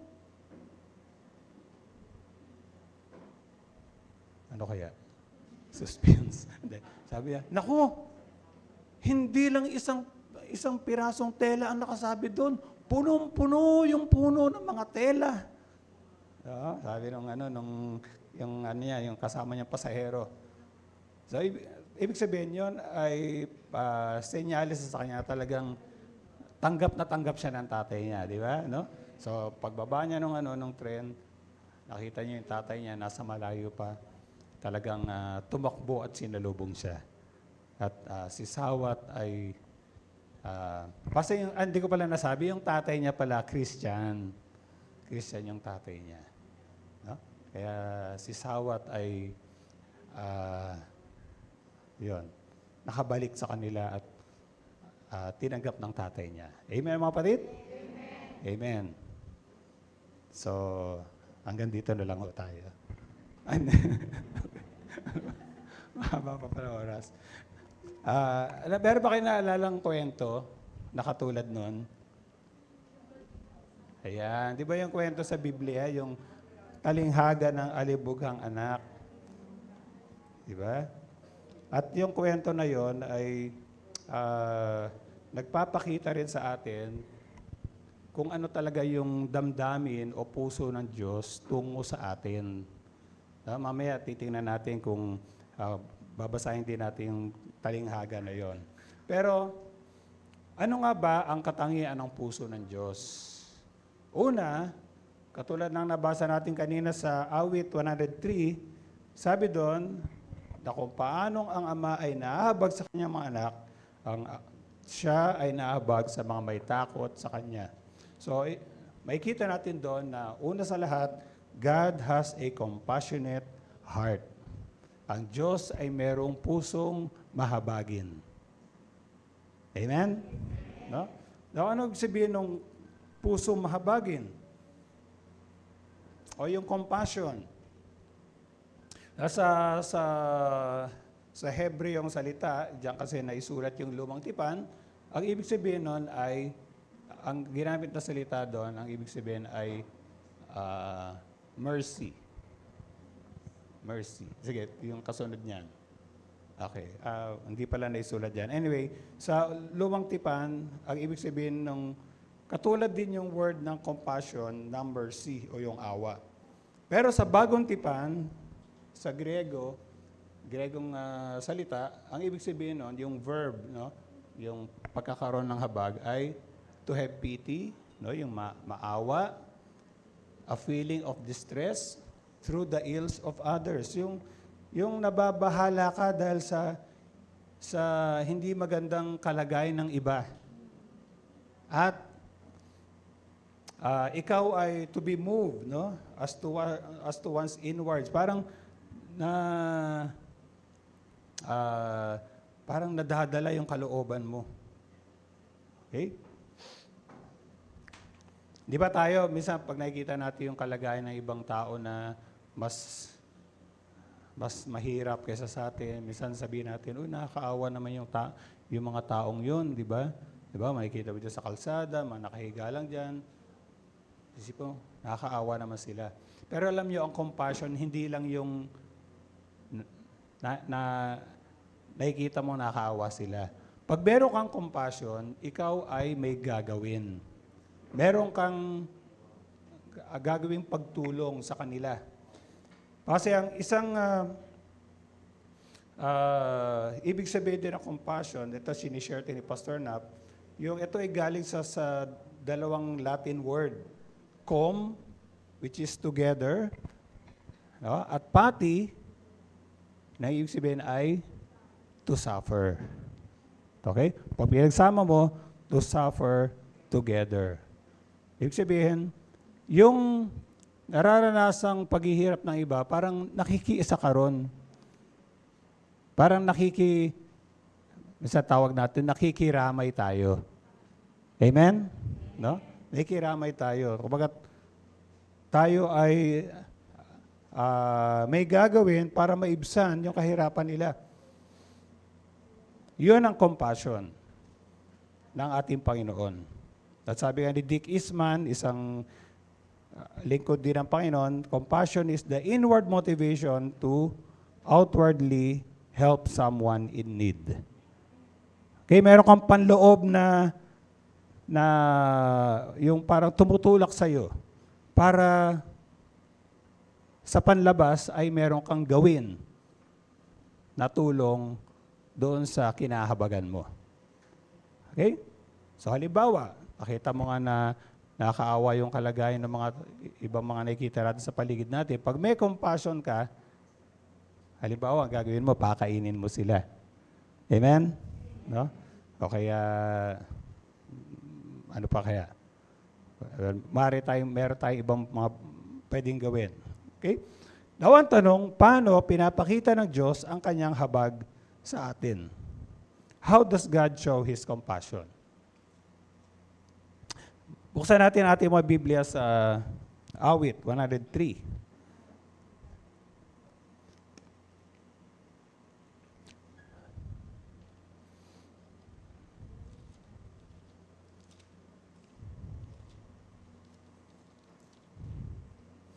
Awit 103, verses 9 to 12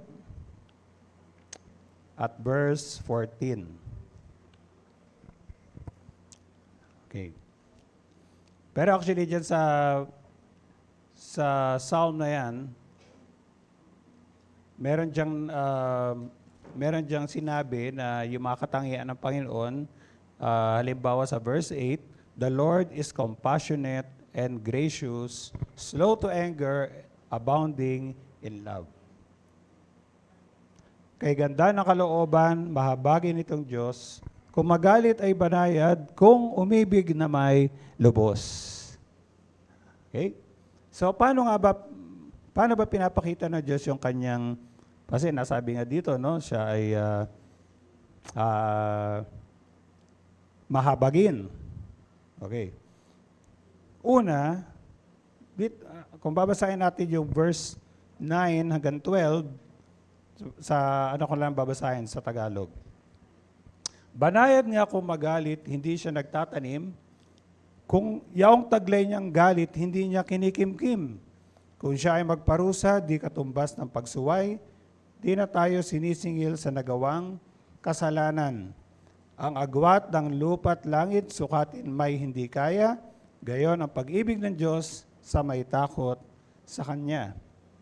Kung gaano kalayo ang silangan sa kanluran, gayon din naman inalis niya sa atin ang ating mga kasalanan. And verse 14, alam niya na alabok, yaong ating pinagmulan. Alam niyang babalik din sa alabok kung mamatay.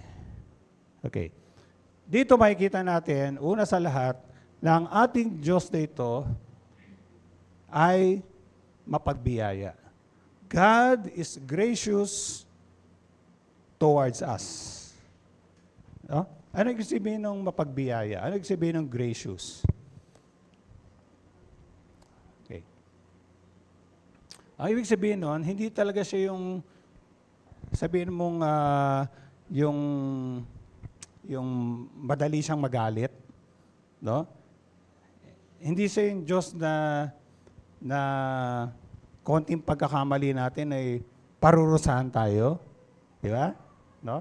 Minsan, di ba, ibang mga tao, akala nila pag may mga, halimbawa, sila ay nagkasakit o kaya may namatay sa kanila, no? Isip nila, ay, pinarurusahan ako ng Diyos. Di ba? Isa akala ng ibang tao, parang parusa ng Diyos sa akin to. Baka dahil sa mga nagawa kong kasalanan, pero alam nyo, hindi ganun ng Diyos. Dahil dito, sinasabi sa atin na sa pagkagalit pa nga ng Diyos, banayad siya eh. Banayad. No? Slow to anger. Hindi siya agad-agad na talagang binubuhos sa yung galit niya. Hindi siya katulad natin. Di ba? Konting meron kang narinig na hindi magandang nasabi, no? O kaya halimbawa yung may natabig at nabasa yung yung damit niyo. Paano kayo nagre-react sa ganon? Ha? Ano ba? Okay. Di ba? Pero minsan nabibigla tayo, di ba? No? Pero, o kaya minsan nakapagsalita tayo ng masakit, no? Now, ang Diyos natin hindi ganoon. Sabi nga dito, kung siya ay magparusa, at ito verse 9, yung taglay niyang galit, hindi niya kinikimkim. No, hindi siya nagkikimkim ng galit. Verse 10, kung siya ay magparusa, hindi katumbas ng pagsuway. At hindi niya tayo sinisigil sa nagawang kasalanan. Parang sinasabi ro na talagang siya yung hanggat maaari, nandun pa rin yung kanyang pagpaparaya, no, yung kanyang sabihin natin, kasama na yung pagpapatawad ng Diyos sa atin. Kasi sabi nga dito, kung gaano kalayo ang silangan sa kanluran, gayon din inilis ng Diyos ang ating mga kasalanan. Gaano ba kalayo ang silangan sa kanluran? Wala akong sukat yon. Yung Hilaga at Hilaga at Kanluran, tama ba? Hindi. Timog at ano yung north?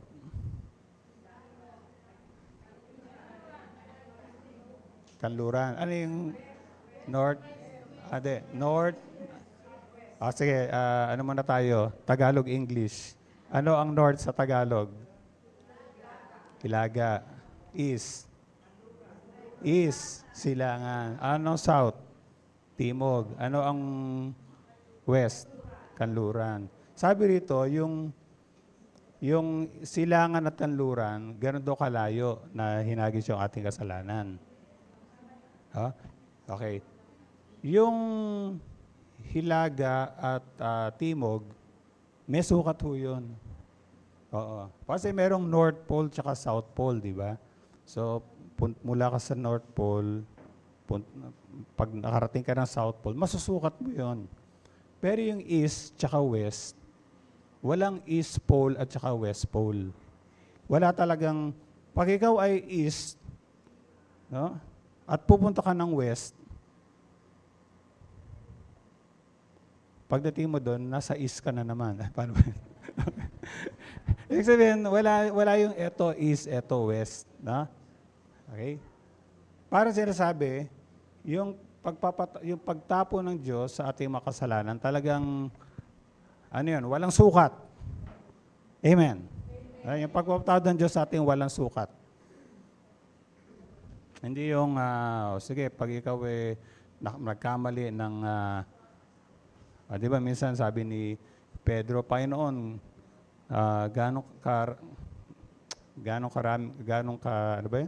ilang beses ko bang patatawarin ang aking kapwa? 7 beses po ba? No? Sabi Lord, hindi, 77 beses. Ay, ibig sabihin nun, 70 times 7. Mathematics. 490. Ibig sabihin ba no, pag halimbawa nakagawa ka ng kasalanan paulit-ulit at naging 491, hindi ka na patatawarin ni Lord? Patatawarin ka pa rin. Kasi ibig sabihin ng 70 times 7, ano yun? Walang limitasyon yun. So, ganun po yung pagpapatawad ng Diyos sa atin. No? At sabi nga dito, kilala niya tayo, alam niya na tayo ay galing sa alabok. Alam ng Diyos na talagang tayo ay mahina. Kaya naunawaan tayo ng ating Panginoon. Pag tayo nagkakasala at humingi tayo ng tawad sa Kanya, no? Hindi niya tayo susumbatan, hindi niya tayo pagagalitan na ano ko ba, paulit-ulit ka na lang. Hindi, alam niya kasi na talagang mahina tayo. Ang Diyos natin ay mapagbiyaya. At isa pang ibig sabihin ng mapagbiyaya, yung hindi tayo karapat-dapat tumanggap, pero binibigay pa rin ng Diyos sa atin. Amen? No?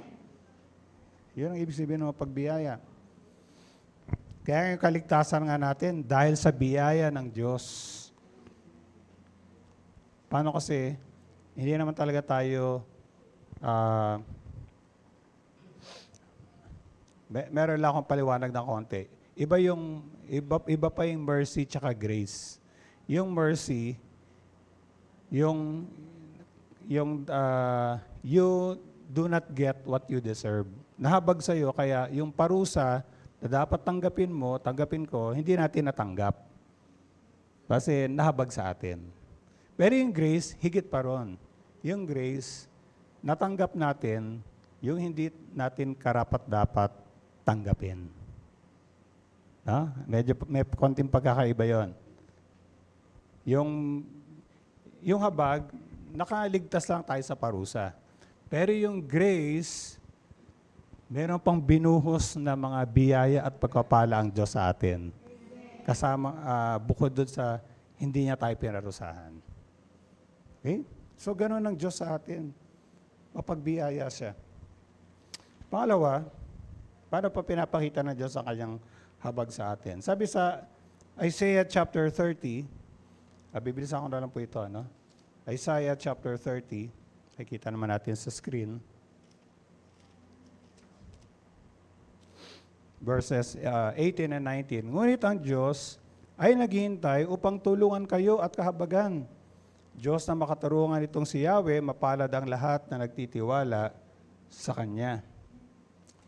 Verse 19, mga taga-Jerusalem, di na kayo tatangis ng matagal, kayo diringgin niya sa inyong pagdaing. Okay, so sinabi sa verse 18 na He will rise to show you compassion. Ipapakita ng Diyos sa kanyang habag.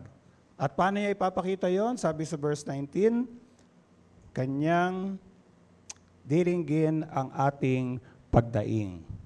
Pangalawang paraan na pinapakita ng Diyos sa kanyang habag, sinasagot niya o tumutugon siya sa ating paghingi ng tulong sa Kanya. Amen, mga kapatid? No? He answers our cry for help.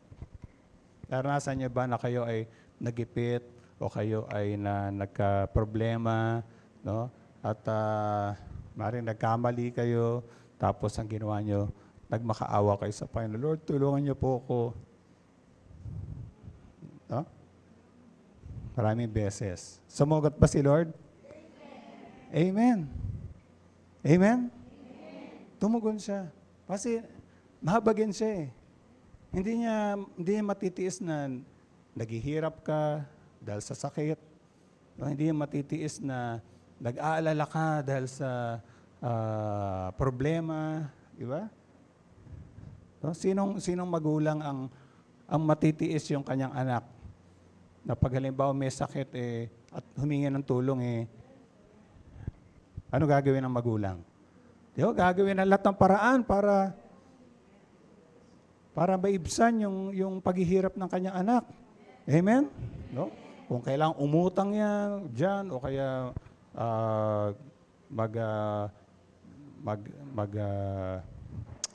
magbanat ng buto dyan, no? Sabihin, magtrabaho, gagawin. Ganon ang ating Diyos. Ganon ang ating Panginoon. Hindi ko na lang ibibigay yung mga detalye sa inyo, pero ako rin, lately, meron akong halimbawa, mga pagkakamaling nagawa, no? Dahil sa pagmamadali. Pero, nung tumawag ako sa Panginoon, Lord, tulungan mo po ako, no, na maayos yung problema, gumawa ang Panginoon ng paraan.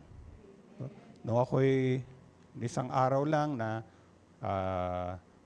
hindi ko alam kung anong dahilan, paggising ko, ang init ng aking pakiramdam, no? Para akong may lagnat. At kahit pumasok ako the following day, sabi ni Pastor, parang akong may sinat. Pero tumawag ako sa Panginoon at purihin ang Diyos. No? Yung kinagabihan na pumasok ako, nakatulog ako na maayos, sunod na araw, magaling na ako. Amen? No? Amen? Sumasagot siya sa panalangin natin dahil mahabagin siya. Pangatlo, pinapakita na Diyos sa kanyang habag sa pamamagitan ng kanyang pag-aaliw at pagpapalakas sa atin kapag tayo ay nasa gitna ng mga trouble. No? Yung mga, alam naman natin, yung mga problema sa buhay natin. Sabi sa 2 Corinthians chapter 1, verses 3 to 4.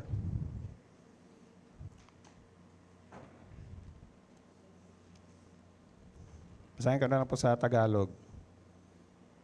Purihin natin ang Diyos at Ama ng ating Panginoong Jesucristo, ang mahabaging Ama at Diyos na pinagmumula ng lahat ng kaaliwan. So sabi diyan, He is the Father of compassion. He is the God of all comfort. Inaaliw niya tayo sa ating mga kapigatian upang makatulong naman tayo sa mga namimigati sa pamamagitan ng kaaliwang tinanggap natin mula sa Kanya. Okay? So, ang Diyos ay umaaliw, nagbibigay ng kaaliwan sa atin. No? Meron tayong mga kapatiran na alam natin na lately ay nawalan sila ng mahal sa buhay. No, sa ganung mga sitwasyon, naniniwala ako na talagang lalong nagiging malapit ang Diyos at kanyang binibigay yung kanyang kaaliwan. Kinakausap niya yung ating kapatid at sinasabi sa kanya na huwag siyang mag-alala, huwag siyang matakot. No, maaaring sabihin ng Panginoon, yung iyong mahal sa buhay, nasa piling ko na. No? O kaya, huwag kang mag-alala dahil kasama mo ako. Diba? Kino-comfort tayo ng Panginoon. At pinalalakas niya tayo. Sinusustain niya tayo. Kasi may mga problema na hindi naman agad-agad na susolusyonan di ba? So, habang dumadaan tayo dun sa problema na yon, siyempre nagtitiwala tayo sa Panginoon na siya ang kikilos, pero habang dumadaan tayo doon, pinalalakas naman tayo ng Panginoon. Amen, mga kapatid? No? Amen. Praise God. Sabi ko sa inyo, yung nabanggit ko na medyo may pero problema ako, pero talagang salamat sa kalakasan binibigay ng Panginoon dahil nakapagpatuloy pa rin akong maglingkod sa Kanya. No? Tumayo sa harapan para magbahagi ng Kanyang salita, pero talagang sa kalooban ko talagang meron akong dinadala. No? Yung kasi yung ginagawa ng Diyos na sinusustain niya tayo. Halimbawa, kilala natin si Job, di ba? Si Job. Ang sabi sa James chapter 5 verse 11, Santiago 5:11,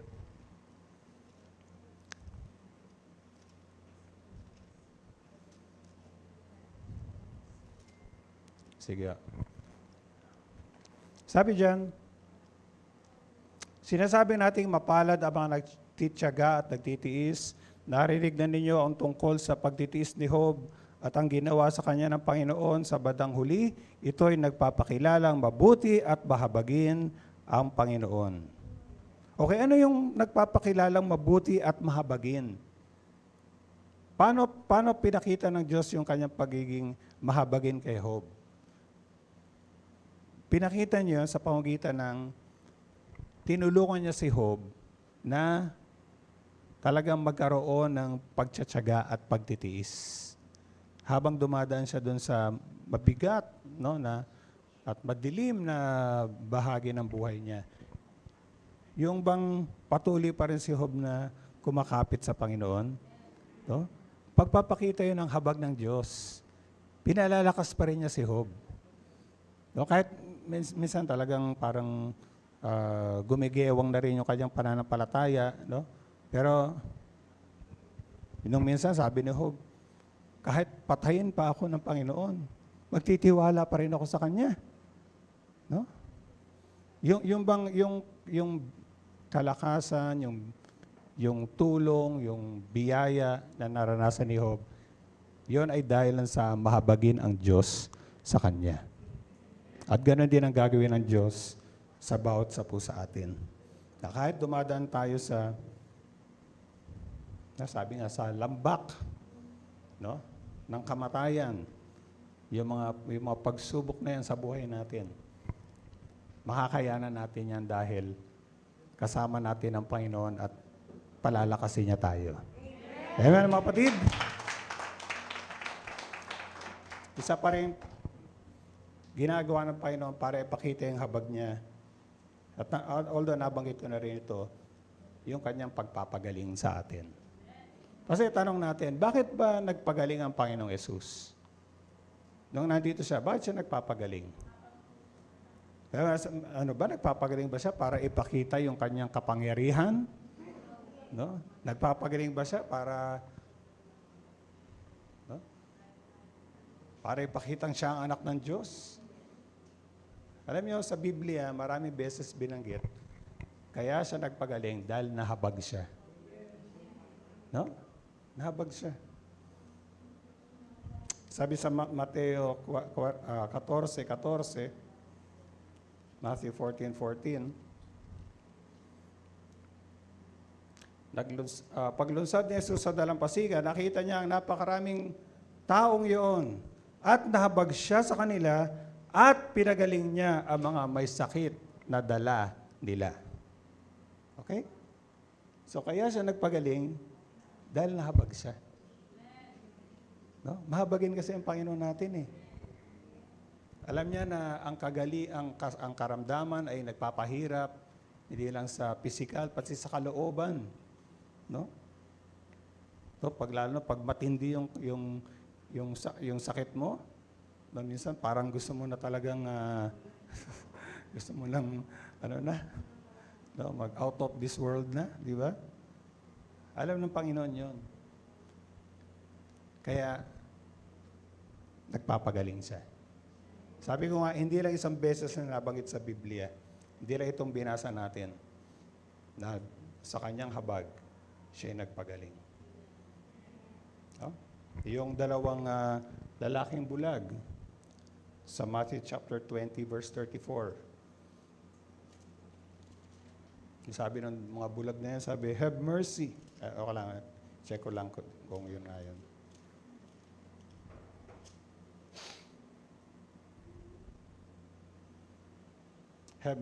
Lord, Son of David, have mercy on us. No? So humingi sila ng habag sa Panginoon. At sabi sa verse 34, Jesus had compassion on them and touched their eyes. Immediately they received their sight and followed Him.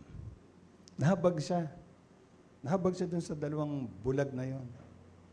Kaya pinagaling niya. No? Isang beses pa nga, merong dumadaan na parang prosesyon na may namatay.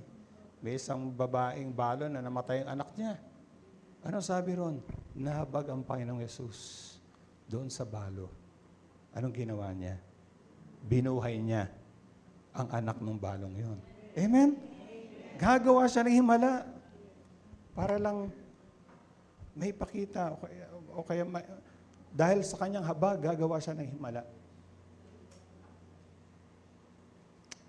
Sa ganung paraan, pinapakita niya ang kanyang habag sa atin. So, actually, marami pa akong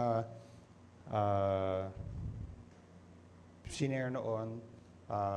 Una pa lang ito, yung siya ay merong pusong mahabagin. Siguro banggitin ko lang, meron siyang pusong mapagkalinga. He has a caring heart. Yun ang ating Panginoon. Pangatlo, he has a forgiving heart. Meron siyang pusong mapagpatawad. At pinakahuli, at ito siguro pinakamaganda sa lahat, God has a loving heart. Meron siyang pusong mapagmahal. No? Na dahil sa kanyang pagmamahal sa atin, handa niyang isakripisyo ang kanyang kaisa-isang anak para tayo ay maligtas. Hindi niya pinagkait ang kanyang anak, sabi sa Romans chapter 8, verse 32. Kundi inalay, binigay para sa ating lahat.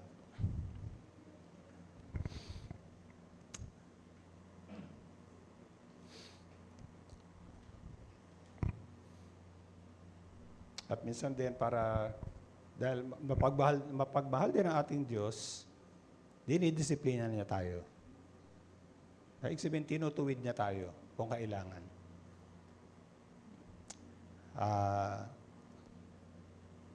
Ang sabi nga sa Biblia, yung minamahal ng Diyos, dinidisiplina niya.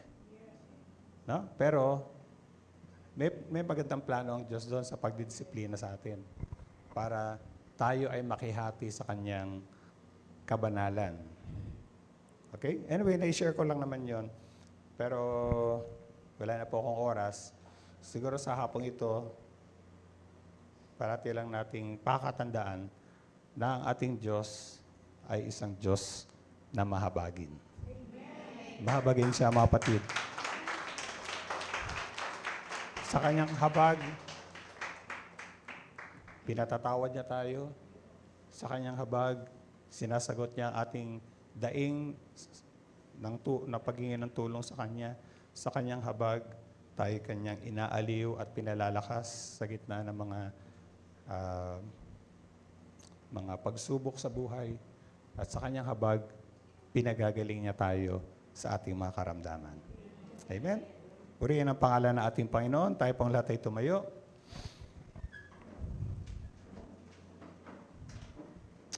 Thank you, Lord. Thank you, Jesus. Hallelujah. Purihin kayo aming Panginoon. Thank you, Lord. Thank you, Jesus. Thank you, Lord. Thank you, Lord. Thank you, Jesus. God, truly God is so good. God is so good. He is a good God. Ang ating Diyos ay mabuti. Thank you, Lord. Thank you, Lord. Thank you, Jesus. Maring meron kang pangailangan ngayon at ikaw ay patuloy na dumadaing nagmamakaawa sa ating Panginoon. Naniniwala ako na hindi ka hihindian ng ating Panginoon. Naniniwala ako na dinidinig niya ang bawat daing natin. Nakikita niya ang bawat luha na tumutulong mula sa ating mga mata. At siya ay may handang kasagutan para sa atin. Thank you, Jesus. Thank you, Lord. Thank you, Lord. Magtiwala tayo ng ating Diyos ay Diyos na mabuti. Thank you, Lord. Thank you, Jesus. Manalangin po tayo sa ating Panginoon. Sabihin natin, Ama naming Diyos, pinakilala niyo po ang iyong sarili bilang isang Diyos na mahabagin.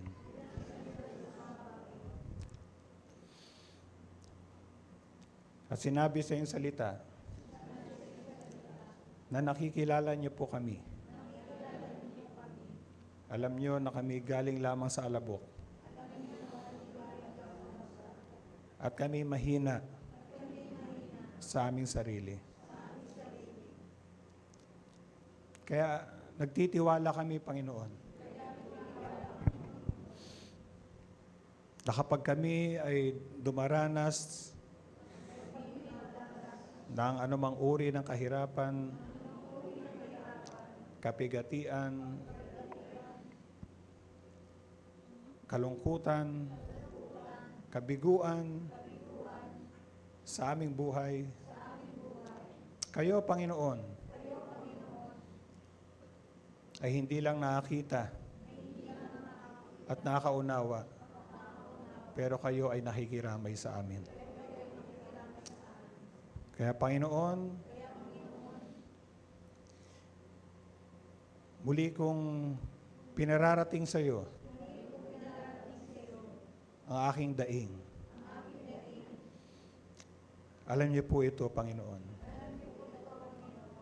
Alam niyo po ang aking pangailangan. Alam niyo po ang aking pasanin. Alam niyo po ang aking pakipagbaka.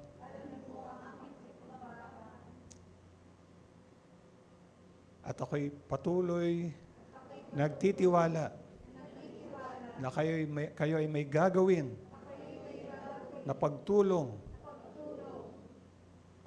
sa akin, Panginoon. Salamat po dahil nakita namin na kayo ay isang Diyos na mapagbiyaya, handang magpatawad. Kayo ay Diyos na umaaliw sa amin, nagpapalakas sa amin,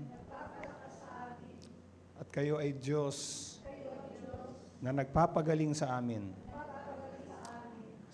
kapag kami may karamdaman. Panginoon, patuloy niyo po itong gawin sa aking buhay. At salamat din, Panginoon, na kayo ay may pusong mapagpatawad. Kayo may pusong mapagkalinga. At kayo ay may pusong mapagmahal sa iyong mga anak. At salamat higit sa lahat sa pagbibigay niyo ng inyong bugtong na anak upang kami maligtas. Sa sandaling ito, Panginoon, hinihingi ko po ng kapatawaran ang aking mga kasalanan. At ako, O Diyos, ay sumasampalataya kay Jesus bilang sarili kong tagapagligtas at Panginoon. Binubuksan ko ang pintuan ng aking puso at tinatanggap ko si Jesus bilang aking sariling tagapagligtas at Panginoon ng aking buhay. Salamat po sa iyong pagpapatawad at iyong pagliligtas sa akin. Sa pangalan ng aming Panginoong Yesus, lahat ay magsabi ng Amen and Amen. Amen. Amen. Amen. Praise God.